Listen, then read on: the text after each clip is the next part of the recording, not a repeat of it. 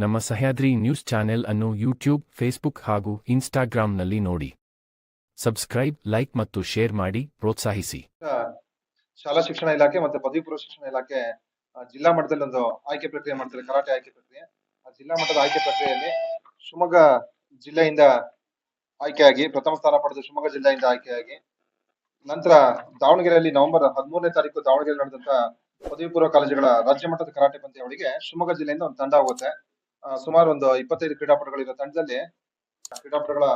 ತಂಡದಲ್ಲಿ ಶಿವಮೊಗ್ಗ ಜಿಲ್ಲೆಯಿಂದ -62 ಕೆಜಿ ಕ್ಯಾಟಗರಿಯಲ್ಲಿ ಬಿಲಾಲ್ ಅವರು -62 ಕೆಜಿ ಕ್ಯಾಟಗರಿಯಲ್ಲಿ ಪ್ರಥಮ ಸ್ಥಾನ ಪಡಿತಾರೆ ಸ್ಟೇಟ್ ಲೆವೆಲ್ ಅಲ್ಲಿ. ಅಂದ್ರೆ ಶಿವಮೊಗ್ಗ ಜಿಲ್ಲೆಯಿಂದ ಹೋಗಿರೋ ಎಲ್ಲಾ ಕ್ರೀಡಾಪಟುಗಳ ಪೈಕಿ ಪದವಿ ಪೂರ್ವ ಶಿಕ್ಷಣ ಇಲಾಖೆಯಿಂದ ಯಾರಿಗೂ ಮೆಡಲ್ ಬರೋದಿಲ್ಲ. ಗೋಲ್ಡ್, ಸಿಲ್ವರ್, ಬ್ರಾನ್ಸ್ ಆಗ್ಲಿ ಯಾವ ಮೆಡಲ್ ಬರೋದಿಲ್ಲ. ಬರೋ ಜಿಲ್ಲೆಗೆ ಒಂದೇ ಒಂದು ಮೆಡಲ್, ಆ ಮೆಡಲ್ ಗೋಲ್ಡ್ ಮೆಡಲ್ ಬಿಲಾಲ್ ಅವರಿಗೆ ಬರುತ್ತೆ. ಆ ಮುಖಾಂತರ ಅವರು ಈಗ ಮಧ್ಯಪ್ರದೇಶದ ಇಂದೋರ್ನಲ್ಲಿ ಡಿಸೆಂಬರ್ 19ರಿಂದ 24ನೇ ತನಕ ಇಂದೋರ್ನಲ್ಲಿ SCFI ನ್ಯಾಷನಲ್ ಲೆವೆಲ್ ಕಾಂಪಿಟೇಷನ್ ನಡೀತಾ ಇದೆ. ಇದಕ್ಕೆ ಸೆಲೆಕ್ಟ್ ಆಗಿದ್ದಾರೆ. ಇದು 2ನೇ ಬಾರಿ ಬಿಲಾಲ್ ಈ ಒಂದು ಕಾಂಪಿಟೇಷನ್ ಗೆ ಪಾರ್ಟಿಸಿಪೇಷನ್ ಮಾಡಿ ಕರ್ನಾಟಕ ಸ್ಟೇಟ್ ರೆಪ್ರೆಸೆಂಟ್ ಮಾಡ್ತಾ ಇರೋದು.